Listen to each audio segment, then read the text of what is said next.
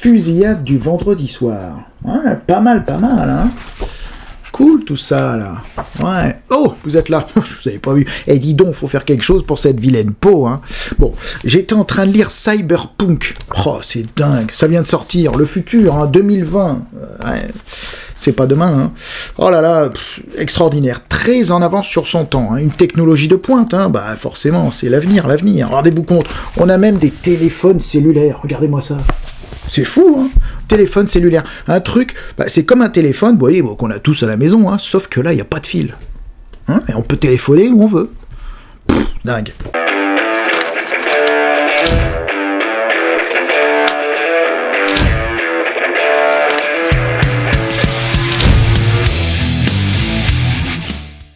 Bienvenue à la table des coups cryptiques. Alors, comme vous pouvez voir, j'ai mis mon plus beau pyjama pour vous recevoir, hein, ainsi que ma veste, hein, que j'utilise pour la peinture, un peu dégueulasse là, vous voyez, une belle tache là. Mais on s'en fout, parce que je suis venu vous parler de scénario.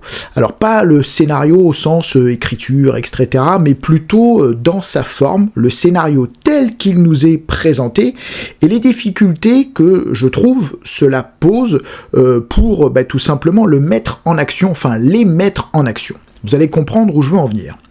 Un scénario, donc du commerce, lorsqu'on se l'approprie, hein, en tant que meneur, on va effectivement à la lecture, tout simplement découvrir les enjeux, l'histoire peut-être sur laquelle on veut nous orienter, hein, une suite d'événements peut-être pour les scénarios les plus linéaires sur lesquels on va conduire les personnages avec la description tout simplement du problème, de la situation, des personnages, des événements, des décors dans lesquels vont évoluer tout simplement nos joueurs, et puis finalement un peu je dirais les points importants, les rendez-vous et l'histoire telle qu'elle doit se présenter, avec effectivement parfois, et c'est normalement souhaitable, des fins qui vont être différentes en fonction des choix qu'auront fait les personnages, mais c'est pas sur ça que je veux pointer, pas sur le côté plus ou moins linéaire d'un scénario, plus ou moins je dirais ouvert, mais c'est sur la présentation du scénario. J'entends par là sa forme. Vous allez comprendre où je veux en venir. La difficulté, et je pense que vous allez me rejoindre un petit peu là-dessus, c'est que on se retrouve nécessairement, je dirais, quasi systématiquement, je pense pour une grande majorité d'entre nous, dans l'obligation, une fois avoir lu le scénario à plusieurs reprises, et se l'être approprié, tout simplement de devoir le réécrire en quelque sorte. Alors quand je dis le réécrire, c'est à tout le moins faire une copie pour pouvoir, je dirais, soit le synthétiser, ou en tout cas le mettre sous une forme qui nous permette de le rendre, je dirais, exploitable en partie. Vous allez comprendre. C'est-à-dire que je trouve que les scénarios, dans la manière dont ils sont écrits, sont parfois un petit peu trop littéraires, et remplissent la condition, je dirais, littéraire, c'est-à-dire la condition de d'écrire quelque chose à la manière d'un roman pour peut-être, je dirais, nous donner une tonalité, nous donner des enjeux, et au milieu de cette littérature, on va faire intervenir effectivement des blocs de statistiques, des enjeux, des règles, tout simplement pour amener la dimension jeu. Sauf que bien souvent, tout cela est noyé, je dirais, dans le même corpus, et souvent on va se retrouver avec des blocs de texte un peu, donc sous Arial, hein, police classique, hein, on peut y en avoir d'autres, mais bref, échelle 12, hein, bien petit pour bien qu'on se casse les yeux, nous autres les vieux. Et dans ce corps de texte-là, on va à la fois énoncer une situation, peut-être des conseils, une description, à un moment donné, on va parler d'un test, voire de choix que peuvent faire les personnages, et dans ce même paragraphe, je vais avoir à un moment donné, quelque part, une information qui doit être portée à la connaissance du maître de jeu, mais surtout pas des personnages, pour que tout cela soit bien compris. Mais la difficulté, vous l'avez compris, c'est qu'autant à lire, ça peut être, je dirais, entendable.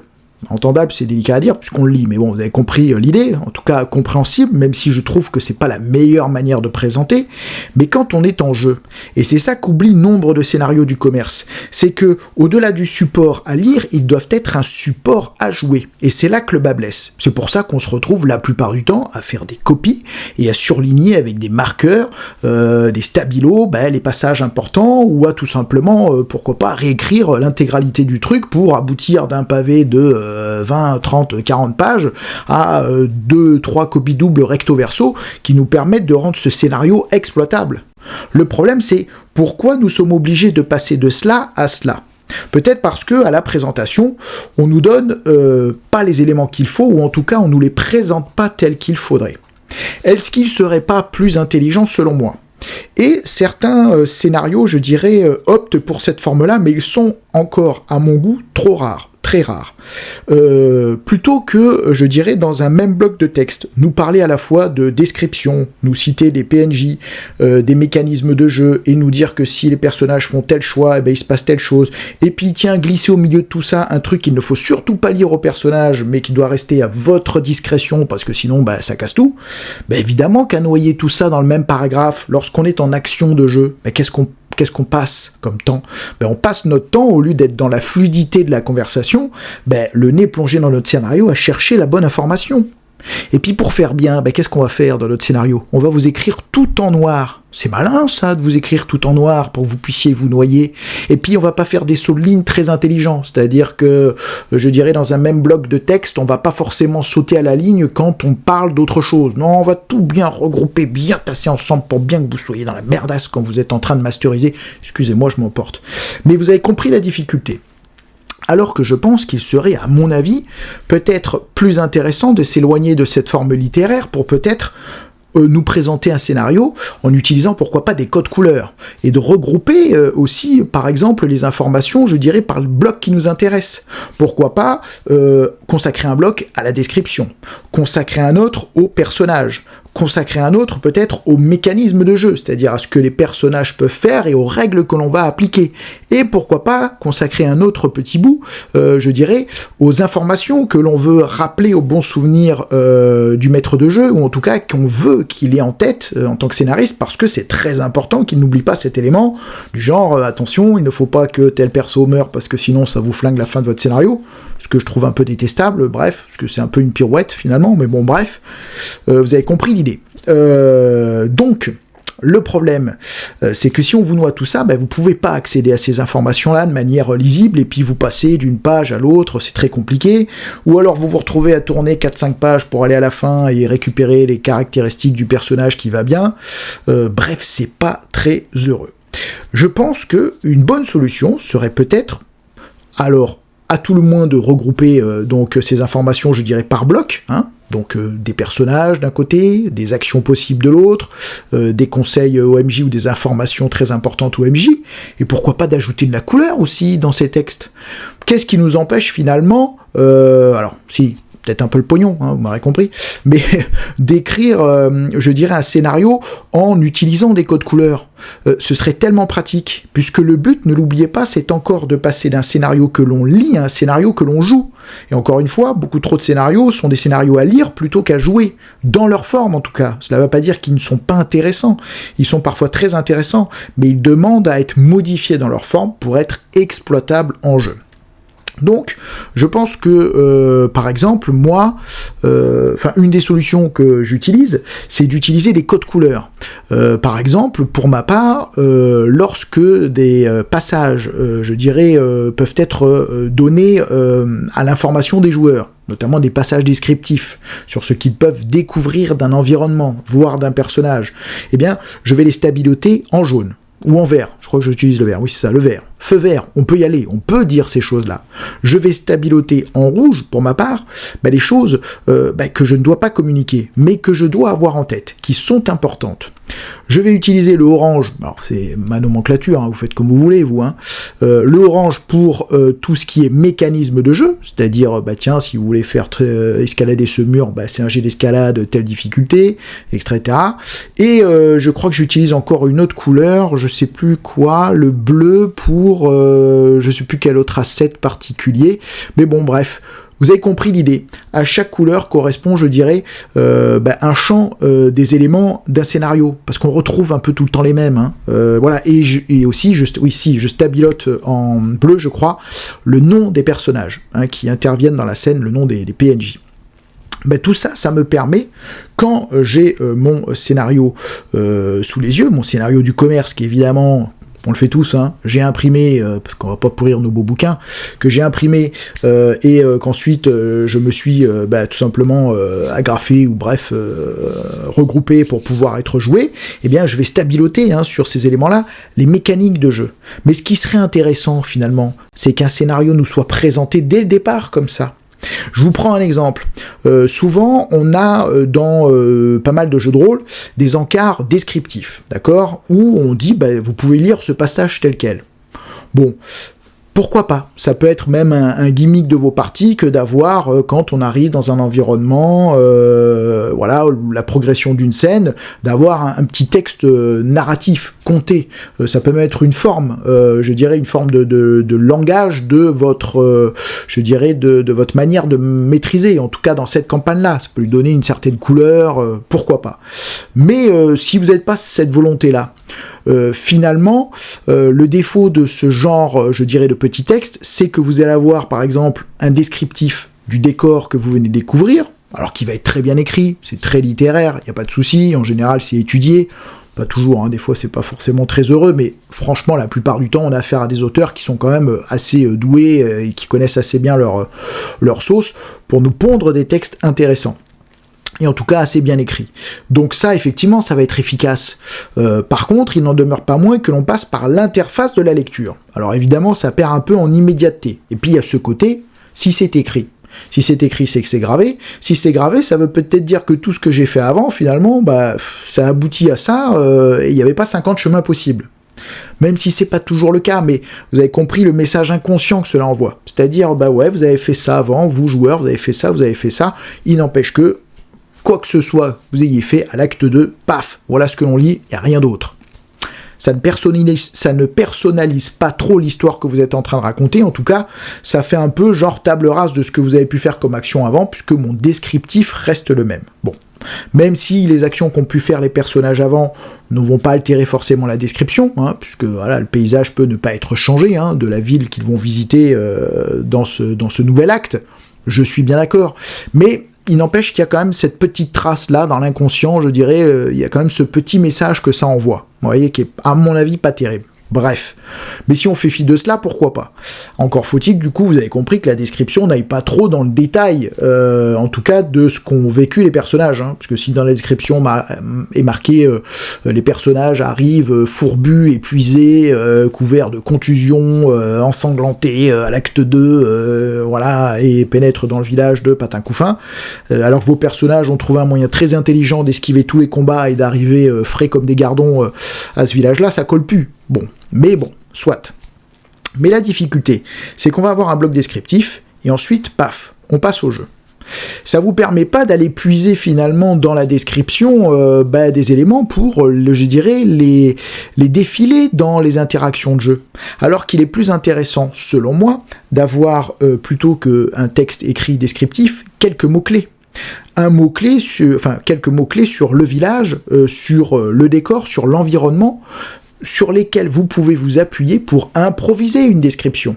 Et quelques mots-clés, ça se lit facilement. Il faut 2-3 mots, d'accord ? Mont voilé, ciel bas,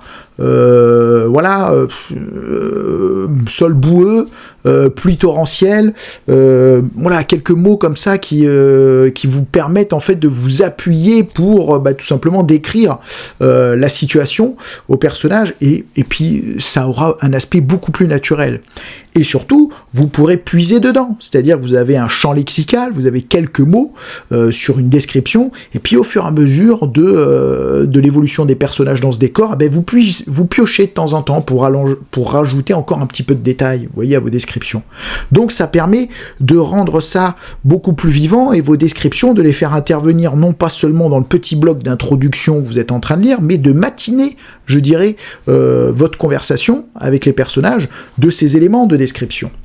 Et voilà pourquoi on gagnerait plus finalement dans nombre de scénarios plutôt qu'à nous écrire tout dans un français, un anglais, peu importe, très littéraire, mais à nous présenter cela comme ça. Et des fois vous avez des descriptions où l'on se noie, je dirais, dans de la littérature. Alors ça peut être très bien écrit, pourquoi pas, mais est-ce que c'est le but d'un scénario ? Je crois pas. Un roman, oui. Et d'ailleurs, il y a quelques univers encyclopédiques où on a force de détails, de figures de style, de narration, ça peut être très bien écrit. Sauf que, qu'est-ce que j'en fais, moi ? Comment j'exploite ça ? C'est très compliqué. Sauf à passer par un travail de recompilation des informations, de prise de notes, etc., qui va être un peu fastidieux, un peu long, surtout dans le temps d'aujourd'hui et le temps qui est le nôtre, si vous avez à peu près le même âge que moi, où déjà préparer une partie, ça prend du temps, donc si en plus on doit se frapper des univers encyclopédiques, ça va être compliqué. Et puis en plus, moi, pour ma part, je suis pas très fan, parce que je trouve que il y a ce syndrome un peu magasin de porcelaine, quoi. C'est-à-dire, plus on vous en dit sur un univers, moins on vous laisse de place, finalement, parce que on est en train de vous dire, ah, attention, il y a ça, attention, il y a ça, ah, attention, il y a ça, puis attention, fais gaffe, il y a plein de PNJ, alors toi, dans ton scénario, tu vas te dire, moi je m'en fous, tiens, à un moment donné, ce PNJ-là, je le fais crever, parce que, voilà, c'est les interactions qui ont mené à ça, sauf que dans le supplément à sortir, là, que tu veux exploiter, tu te rends compte que ce personnage, il est, je dirais, incontournable. Bon, ça se rattrape toujours, voilà. Après tout, c'est votre histoire, vous en faites ce que vous voulez. Vous mettez un autre sbire à la place, ça le fait. Mais voilà, vous avez compris un peu ce côté, magasin de porcelaine. C'est le cas de l'univers qui sont très canons, très référencés, comme par exemple Le Seigneur des Anneaux, ou bien encore Star Wars, où évidemment, tout le monde connaît. Vous avez sûrement la table des joueurs qui sont très calés sur ces univers-là, parfois même beaucoup plus que vous. Attention, faut pas bouger une oreille, quoi, c'est compliqué.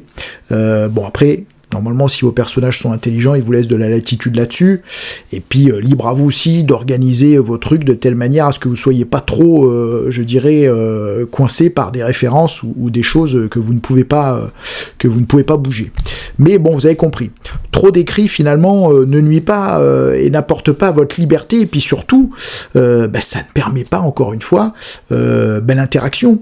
Je vois, moi, parfois, beaucoup de scénarios qui tiennent sur des pages et des pages, et quand on met à plat, finalement, ce qui est exploitable en termes de jeu, ce qui apporte, en termes de mécanique, les informations importantes, ça se réduit considérablement. Et parfois, on a des scénarios beaucoup plus courts, où on va pointer vraiment des mécaniques, des éléments interactifs essentiels, qu'on va resserrer, et qui vont donner lieu à beaucoup plus de richesse en termes de jeu, beaucoup plus de richesse au niveau de l'histoire, alors qu'a priori, ils sont beaucoup plus synthétiques. Donc, je trouve que nombre de scénarios gagneraient à être moins, et à verser moins dans la littérature, et plus dans le côté outil, quoi. Voilà, le but, c'est de présenter un outil exploitable au personnage. Je vous donne un exemple de quelqu'un qui, à mon avis, le fait bien. Oh, c'est prévu, c'est dingue. C'est dans ce bouquin-là, très bon bouquin, je sais pas si vous connaissez, Index Card RPG. Alors moi j'ai les versions françaises, parce que alors moi l'anglais je suis un peu une pipounette. Donc ici, on a un rédacteur, créateur d'univers en tout cas, Brandish Guilhem, qui nous fait découvrir un peu sa manière de jouer. Et vous allez voir que sa manière de jouer est assez intéressante. Et en tout cas, à sa manière d'écrire et de présenter des environnements, des scénarios, on comprend que on doit être dans des environnements où, la liberté et le jeu priment avant tout. Et d'ailleurs, si vous prenez ce bouquin, super bouquin. Alors, il y a une autre édition qui est sortie ou en train de sortir en version anglaise, qui est encore, à mon avis, une amélioration de ce que nous avons nous en français, qui est la traduction de la précédente version, de l'ouvrage. Mais bon, peu importe. Par exemple, il nous présente un environnement, Alfheim, environnement médiéval fantastique. Il nous parle d'un bastion, bastion des premiers, un petit texte pour mettre dans l'ambiance, ça suffit. Seules les âmes robustes défient ces falaises battues par le vent où l'homme-singe marche dans la neige. Point. Ça nous donne une ambiance. Ensuite, il nous écrit topographie. Je vous mettrai un petit encart, ce sera peut-être plus simple. Topographie glaciale, : les montagnes rocheuses sont couvertes de neige. Les voyageurs égarés peuvent mourir de froid pendant la nuit. Deuxième point, périlleux, : utiliser 2 fournitures par jour de voyage. Troisième point, aucune route. : il nous explique. Une grande partie d'Ir est inexplorable sans guide si vous voyagez seul. Petite mécanique de jeu, ajoutez un des 12 jours à votre trajet. Dernière mécanique, tempête. En cas d'échec d'un jet de voyage ou de reconnaissance, une tempête détruit du matériel, épuise des réserves ou bloque le voyage. Ça prend, allez, ça prend ça, là. Pas grand-chose, hein. Et pourtant, qu'est-ce qu'il y a comme mécanique là-dedans ? Qu'est-ce qu'il y a comme chose à raconter ? Et puis, vous n'avez pas besoin qu'on vous verse tout. Vous n'allez pas lire un livre à vos joueurs. Il ne faut pas tomber là-dedans. Or, beaucoup de scénarios, on a l'impression, pour s'en emparer, il faudrait presque les lire comme un livre aux joueurs. Et c'est d'ailleurs ce type de scénario-là qu'on conseille aux débutants. Ah, la blague, enfin pour moi. Je trouve que ça, c'est à conseiller à un débutant. Parce que ça, c'est dire à un débutant, tu es libre, je te donne des points de repère, je te donne des petites accroches, à toi de les exploiter et de t'en servir, et tu brodes autour de ça, mais tu as là l'essentiel pour pouvoir jouer. Voilà, vous progressez au travers de montagnes rocheuses, l'environnement est glacial, vous vous dites que peut-être il aurait été bon de prendre un guide, puisque cette région, vous ne la connaissez pas, et vous craignez de mourir de froid pendant la nuit. Que faites-vous ? Bon, voilà. Voilà, vous avez vos corps ont à supporter ce froid intense, l'effort est intense, ça puise dans vos réserves. 2 fournitures de voyage par jour. Voilà. J'ai jeté un coup d'œil pour voir qu'il y avait cette histoire de fourniture et ensuite je brode autour. Il faut surtout pas me verser un texte. Ensuite, une fois qu'il nous a parlé de la topographie, il nous parle des dangers encourus. Danger encouru, par exemple, bête géante. Une secte de druides chaotiques a rendu les ours, les loups et les élans plus grands et puissants. Les bêtes attaquent au hasard dans le seul but de détruire les humains. Pourquoi on nous en dirait plus ? On n'a pas besoin d'en savoir plus.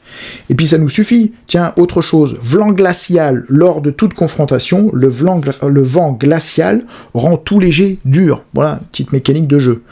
Ensuite, au-delà des dangers accourus, pour donner de la saveur à notre univers, et il nous donne des détails à découvrir. Détails à découvrir, exemple, un village nain réduit en cendres, maintenant recouvert de gel.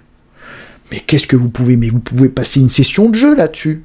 Voilà, vous brodez sur ce qui se passe. À partir du moment où vous avez votre scénario en tête, les enjeux principaux, vous pouvez, je dirais, habiller le reste avec tout ça. C'est du décorum. Et puis peut-être qu'il va émerger de petites histoires là-dedans, du jeu.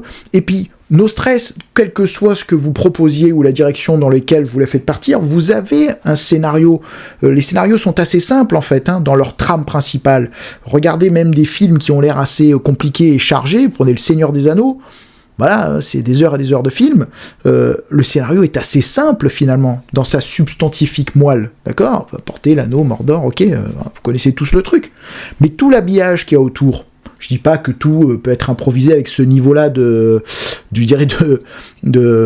ce niveau-là de qualité, mais voilà, on peut broder tout ce qu'il y a autour de ça, sans pour autant perdre d'idée, je dirais, notre trame principale. Et bien ça permet de garder sa trame principale et de naviguer tout autour pour habiller notre récit, rendre notre environnement crédible, pouvoir improviser sur une bonne base. Là, j'ai quelque chose d'exploitable. Là, sur une page, et encore, voilà, j'ai topographie, danger encouru, détails à découvrir. Voilà. Une page sur une région. J'ai pas besoin d'en avoir plus. Et après, j'ai un donjon à explorer. Sur une double page, j'ai une région entière avec des éléments qui me permettent, je dirais, de jouer. Évidemment, sur la deuxième page, j'ai pas détaillé, mais j'ai personnages et alliances. Donc, on va nous présenter des personnages. Vous en citez un au hasard, Strom, un premier qui s'oppose à la guerre contre Ir et qui cherche à stopper l'invasion. Voilà, on s'en fiche un peu à quoi il ressemble, à la limite vous pouvez marquer 2-3 notes le concernant, mais vous voyez que c'est assez simple, et puis après on nous montre un petit donjon à explorer, alors là, fin du fin, concernant Brandish-Guilhem, c'est que le bougre, il est très bon en dessin. Alors je sais pas si c'est lui qui a fait ces dessins-là, mais en tout cas, tout ce qui est proposé dans l'ouvrage est du même acabit.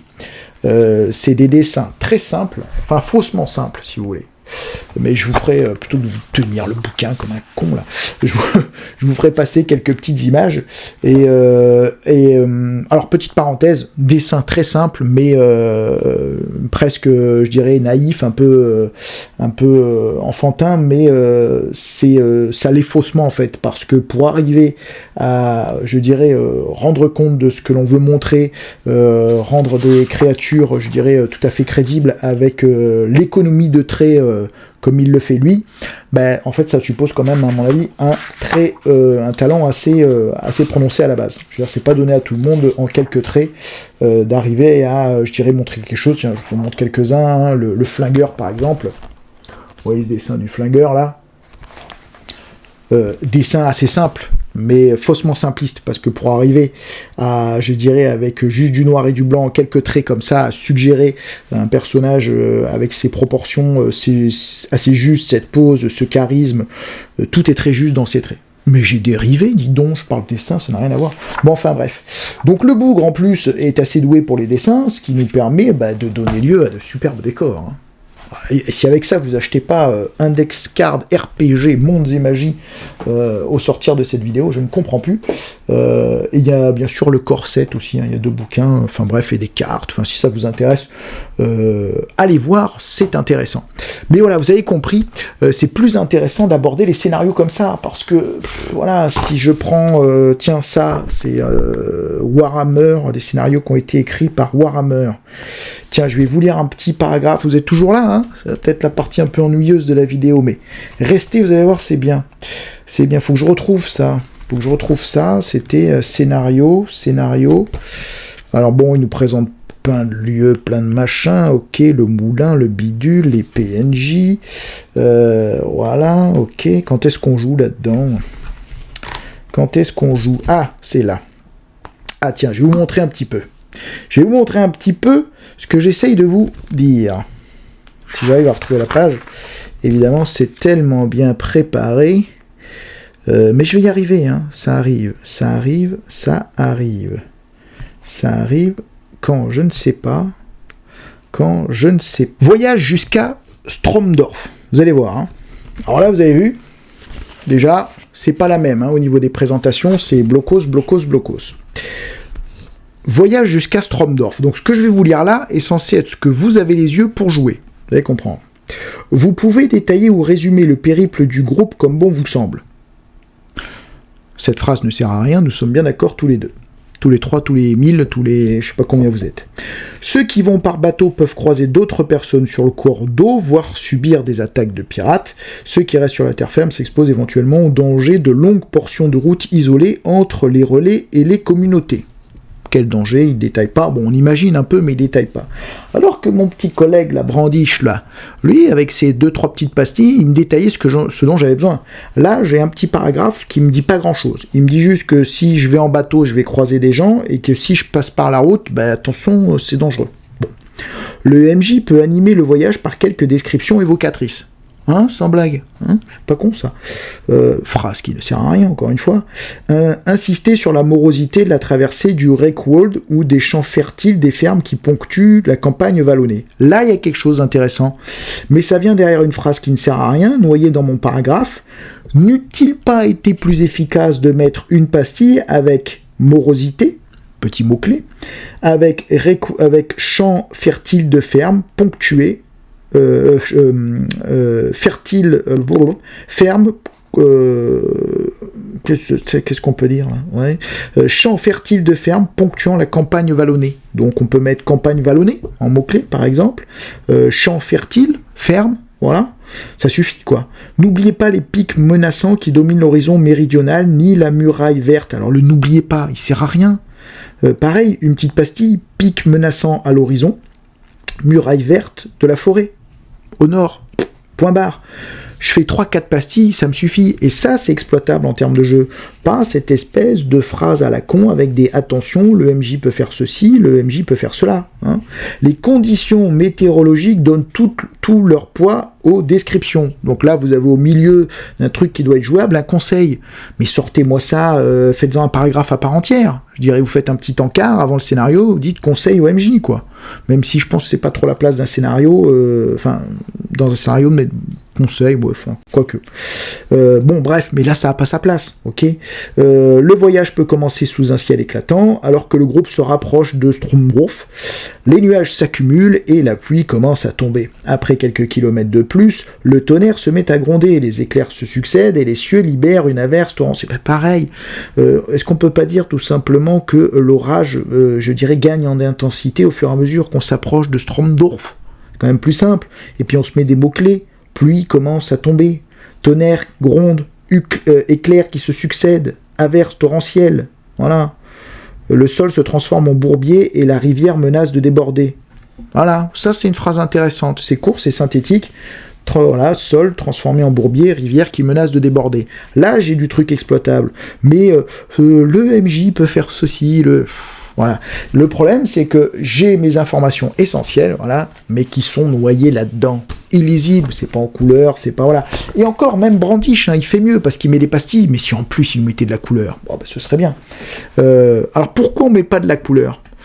Alors peut-être parce qu'ils y ont pas pensé, les mecs qui rédigent les trucs, les scénarios, peut-être parce que ça coûte cher, peut-être parce que c'est pas vendeur. C'est vrai que je dirais un scénario présenté pour être un outil exploitable en partie, c'est peut-être pas sexy. C'est vrai que là, ça paraît un peu plus sexy, ça fait plus littéraire, ça fait plus roman, ça fait plus enlevé.